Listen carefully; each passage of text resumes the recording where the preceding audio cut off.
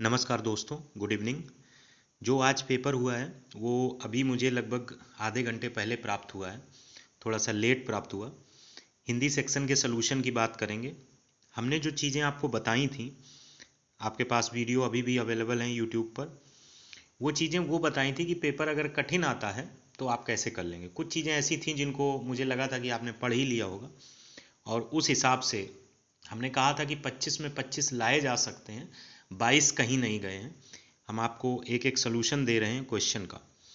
पहला क्वेश्चन जो है, इनमें से एक भिन्नार्थक शब्द युग्म का अर्थ गलत है, ये पूछा गया है। और देखिए, एक प्रश्न में 8 प्रश्न डाल दिए हैं। एक तरीके से ये 8 क्वेश्चन हैं। मणि का क्या होता है, मणि का क्या अर्थ होता है, बलि का क्या होता है। मुझे इतना तो पता है कि ए और डी ऑप्शन नहीं होंगे, इतना तो आइडिया आप लोगों ने लगा लिया होगा। फंसे होंगे तो सी और बी में। बी भी लगभग सही है। बलि का अर्थ बलवान होता है और बलि का अर्थ होता है बलिदान देना। चढ़ावा उतना सटीक नहीं है। चढ़ावा मतलब कहा जा सकता है, चढ़ावा कह सकते हैं।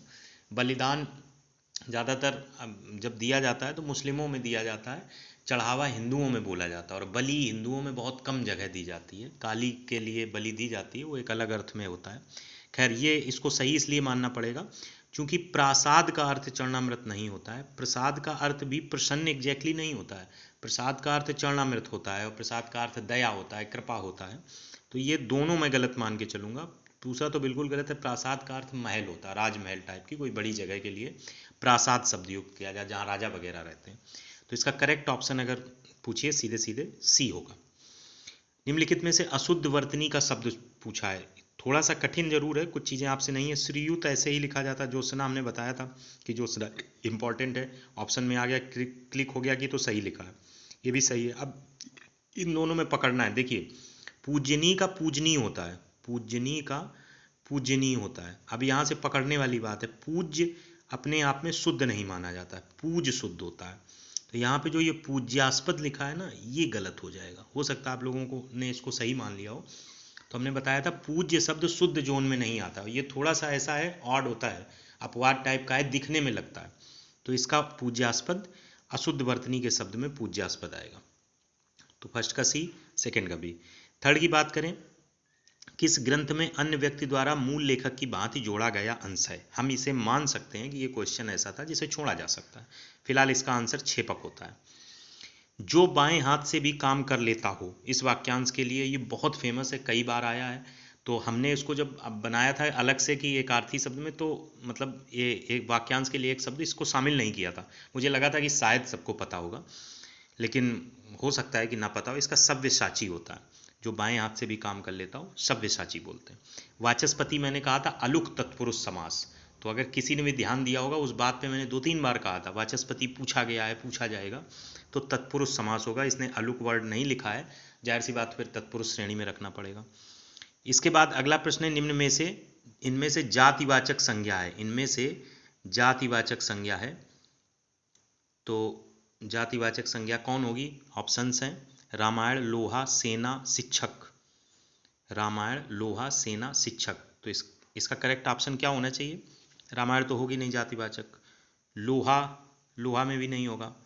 सेना, ये भी कोई जात को नहीं। शिक्षक, शिक्षक की श्रेणी में जाति आ जाएगी, जैसे छात्र, शिक्षक, तो ये जातिवाचक में हो जाएगा। इनमें से कौन सी ध्वनियाँ संयुक्त स्वर है, ये भी मैंने क्वेश्चन डिस्कस किया था। ए और ओ, औ। ध्यान से देखिए जाके वीडियो में, मैंने कहा संयुक्त स्वर बहुत पूछा जाता है। ए औ, वा फा करके बताया था, ए औ भी बताया था, संयुक्त स्वर। तो कई क्वेश्चन एज इट इज बताने वाले ही तरीके में आए हैं। अशुद्ध वाक्य, इसको भी छोड़ देते हैं, 8 को। 9 पे चलते हैं, 9 नंबर क्वेश्चन पे चलते हैं। अगर 7वें का ए ओ हो गया, अब बात आती है 9वें नंबर की। 9वें नंबर का क्वेश्चन है, इनमें से ध्वज शब्द का पर्यायवाची है। देखिए, ध्वज शब्द का पर्यायवाची फरहरा होगा। यहाँ पे ध्वज शब्द का पर्यायवाची फरहरा होगा। उसके बाद है, चांद पर थूकना मुहावरे का सही अर्थ मान पुरुष पर लांछन लगाकर स्वयं अपमानित होना। इसका ए ऑप्शन होगा। कुछ क्वेश्चन बहुत सिंपल आए थे।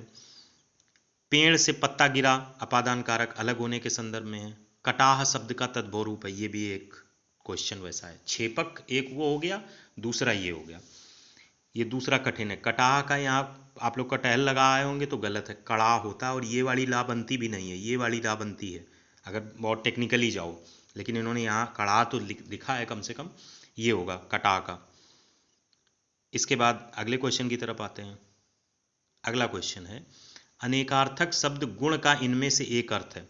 देखो, गुण संप्रदाय एक तरीके से समानार्थी शब्द में चले जाते हैं।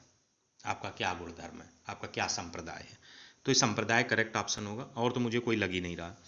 कौन सा शब्द स्वर संधि का उदाहरण है? कौन सा शब्द स्वर संधि का उदाहरण है? देखिए, स्वर संधि पूछा है तो स्वर और व्यंजन दो होती हैं, दिक धन अंबर दिगंबर व्यंजनी, तत्धन अनुसार तदनुसार व्यंजन, जगत धनीश जगदीश व्यंजन, महोत्सव में महाधन उत्सव। तो ये स्वर संधि का कोई प्रकार है, जो भी प्रकार हो, आप यहाँ पे इसी में स्वर संधि होगा, सीधा सीधा। इनमें से एक लोकोक्ति का अर्थ विवाद को जड़ से ही नष्ट कर देना, मतलब ना रहेगा बांस न बजेगी बांसुरी। इनमें से समास का विलोम शब्द क्या है? हमने विलोम शब्द जो लिखे थे 20, उसमें से लिखा था सी, साफ साफ समास का व्यास होता है, साफ लिखा था एकदम। इन शब्द में ईन प्रत्यय का प्रयोग नहीं, साफ साफ है। ग्रामीण में ईन है, नवीन में ईन है, कुलीन में ईन है, दूरबीन में ईन नहीं है। दूर अलग है, बीन अलग है, वो तो संधि विच्छेद हो जा रहा है, तो करेक्ट ऑप्शन दूरबीन होगा। वाघ हरी को चिल्ला चिल्ला के कहा था कि घड़ी लगा है, घड़ी न लगा देना, बाद में हरी होगा, और वाक साथ में होगा, तो वाक धन हरी, वाक धन हरी। इनमें से भ्रमर का पर्यायवाची शब्द है।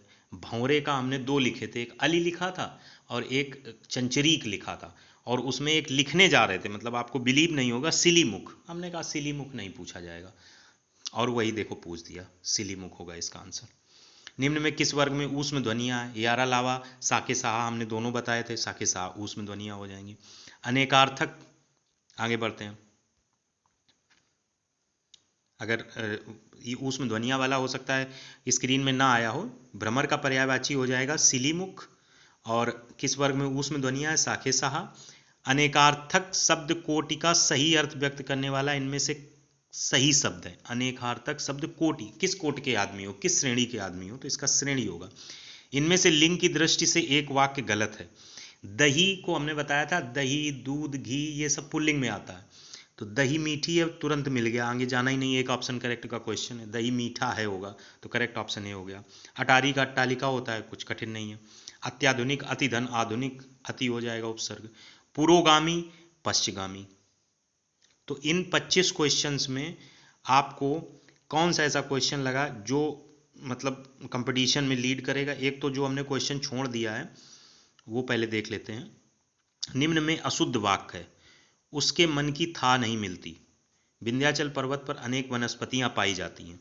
हिंदी के प्रचार में अब भी अनेक बाधाएं हैं। प्रातःकाल घूमना स्वास्थ्य के लिए हितकर है। अब इसमें अब तक जितने भी कभी अशुद्ध वाक्य आए हैं डायरेक्टली पिकअप नहीं होते हैं। इसमें मेरे हिसाब से हिंदी के प्रचार में अभी भी अनेक बाधाएं हैं। एक तो ये, दूसरा विंध्याचल पर्वत पर अनेक वनस्पतियां पाई जाती हैं, तो बिल्कुल सही सही लग रहा है। विंध्याचल के साथ पर्वत न लगाया जाए, तो ये प्रश्न मेरे हिसाब से मैं यही कहूँगा कि इसको सी ऑप्शन होना चाहिए। बाकी स्टार लगा दे रहा हूँ, इस पर मैं गारंटी नहीं दे सकता हूँ। बाकी क्वेश्चंस के आंसर्स मैंने आपको बता दिए हैं, 99% वही आंसर है। फिर भी अगर आपको कोई क्वेश्चन लगता है जो मैं जल्दी में नहीं पिक कर पाया हूँ, मेरे हिसाब से इसमें 21+ सही होने चाहिए। 21+ नहीं कहना चाहिए, 21 आपको सही करके आना चाहिए, अगर आपने हमारा लास्ट के तीनों वीडियो को उसी गंभीरता से देखा।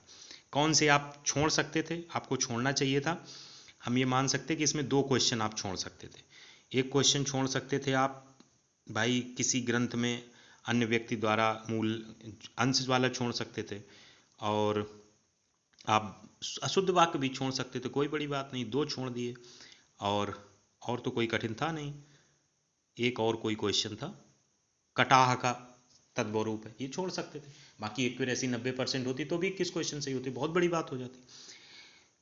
तो इस हिसाब से, मेरे हिसाब से तो काफ़ी अच्छा पेपर गया होगा आप लोगों का। कमेंट बॉक्स में ज़रूर बताइए, और अगर किसी प्रश्न में आपको अपनी तरफ से लग रहा हो कि ये हमारे पास प्रूफ है, इसका ये आंसर होगा, तो ज़रूर बताइए, हम उस पर अपना व्यू जरूर देंगे। Thanks for watching. GS section का भी सोल्यूशन जल्दी अपलोड करते हैं।